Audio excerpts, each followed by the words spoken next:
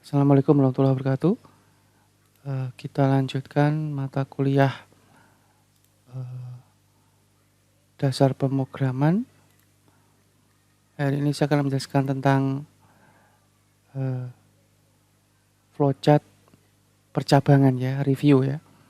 Jadi yang pertama adalah review algoritma, yang kedua adalah review flowchart untuk runtunan, yang ketiga review flowchart untuk percabangan. Software yang saya gunakan adalah Flowgorithm.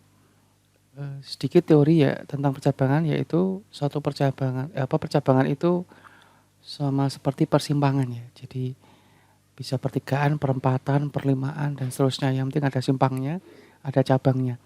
Kemudian dalam satu waktu harus memilih salah satu tujuan saja, salah satu jalan. Ya, jadi memilih dua-duanya dalam satu waktu itu tidak bisa, jadi harus salah satu. Kemudian percabangan bisa lebih dari dua, minimal ada dua ya. Kalau kurang dari dua berarti enggak nyabang, cuma belok. Ya, jadi dianggap runtunan ya, cuma arahnya berbelok. Itu untuk sedikit teori tentang percabangan. Nanti simbol yang digunakan adalah ini ya, belah ketupat seperti ini dengan kata if di dalamnya kalau pakai Flowgorithm. Contoh yang pertama adalah ini ya, menampilkan keterangan apakah suatu nilai itu lebih dari 10 atau tidak dari hasil penjumlahan dua buah bilangan bulat.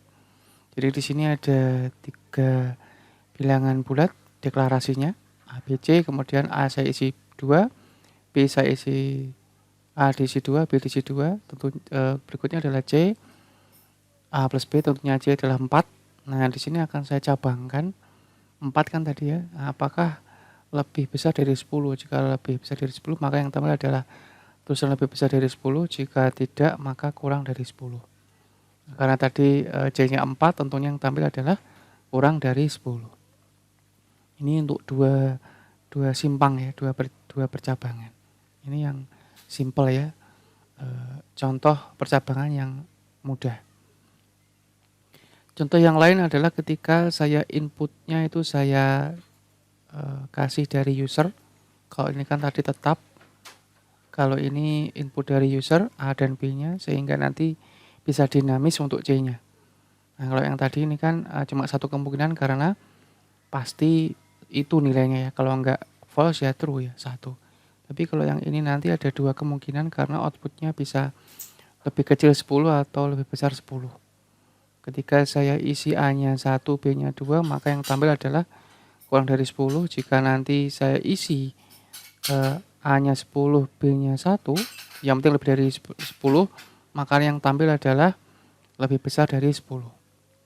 Ini ya. Jadi sama, cuma yang beda adalah di sini input, di sini tadi tidak input ya. Ini tadi pemberian nilai atau assign, di sini baru input. Ini contoh untuk yang 2 kemungkinan. Sekarang yang 3, ketika saya cabangnya saya kasih 2.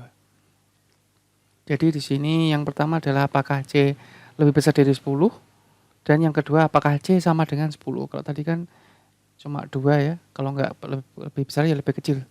Tapi nanti kalau ini saya isi 10 pas, nanti akan jadi masalah nanti. Dia masuk kanan atau masuk kiri. Ya, makanya untuk lebih dinamisnya kita buat flowchart yang berikutnya ya, contoh yang berikutnya. Ini kita gunakan lebih dari 1 percabangan. Jadi ininya tetap, kemudian di sini saya kasih percabangan yang pertama adalah sama seperti tadi, C lebih besar dari 10. Jika nanti true maka langsung tampil output seperti ini. Jika false nanti dicek apakah C sama dengan 10. Jika true berarti nanti akan muncul sama dengan 10. Jika false berarti kurang kan ya, dia masuk kurang dari 10 ya, masuk output kurang dari 10. Selesai baru ya. Nanti ini juga selesai, ini juga selesai. Jadi selesainya dari 2 arah ya, ketika sudah menemui hasil 1, 2. Yang ini adalah pertemuan dari ini sama ini. Jadi jika nanti sudah tampil output berarti percabangannya selesai, akhir dari flowchart. Ini tadi ketika saya isi 10 dan 1, A nya 10, B nya 1, maka yang tampil adalah ini ya lebih besar dari 10. Ketika tadi saya isi 5 sama 5, jadi mulai dari atas lagi, Jadi setiap kemungkinan ini tadi baliknya ke atas ya, jadi nggak terus. Ini selesai sampai 10 N, kemudian ini ketika saya isi kemungkinan yang kedua dengan A5 B5. Jadi balik lagi ke sini. A5 B5 sama dengan 10.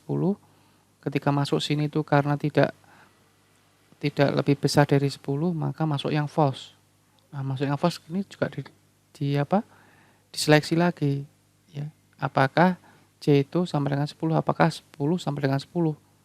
Yang karena true berarti masuk langsung atau masuk ke output sama dengan 10.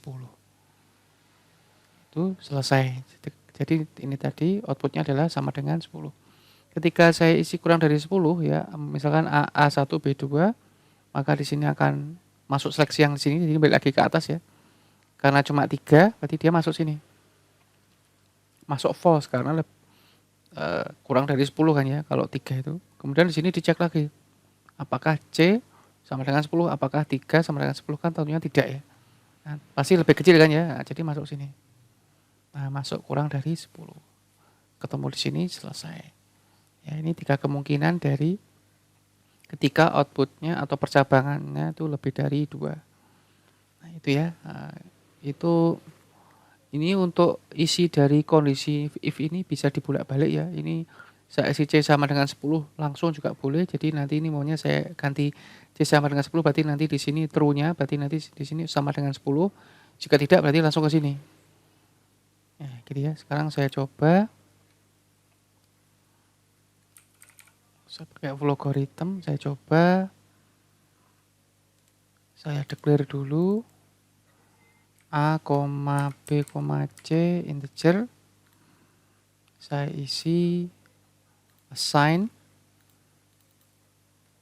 A sama dengan kok assign ya, salah ya, input. Ini saya hapus. Input A, input B.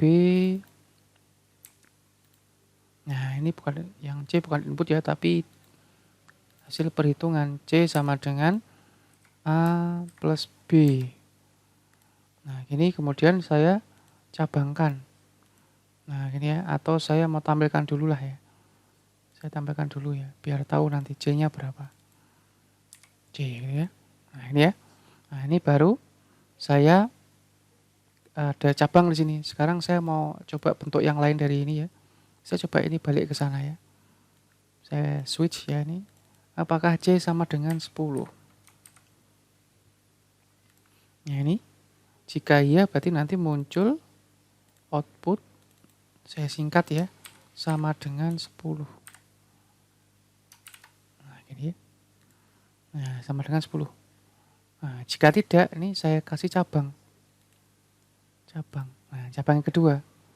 Nah, ini berarti Anda bebas nih, Anda mau lebih besar atau lebih kecil. Saya buat lebih besar aja ya. Nah, ini berarti yang di sini output kan ya. Di sini berarti outputnya lebih besar dari 10. Nah, ini string ya. Jadi karena hanya keterangan jadi string. Kalau ini kondisi, ini string. Nah, tentunya jika tidak ya kebalikannya ini.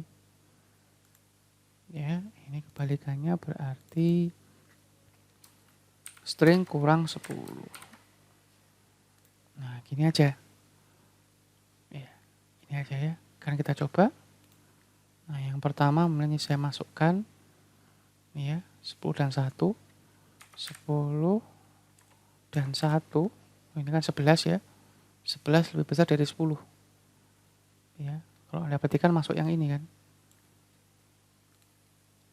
Masuk yang ini.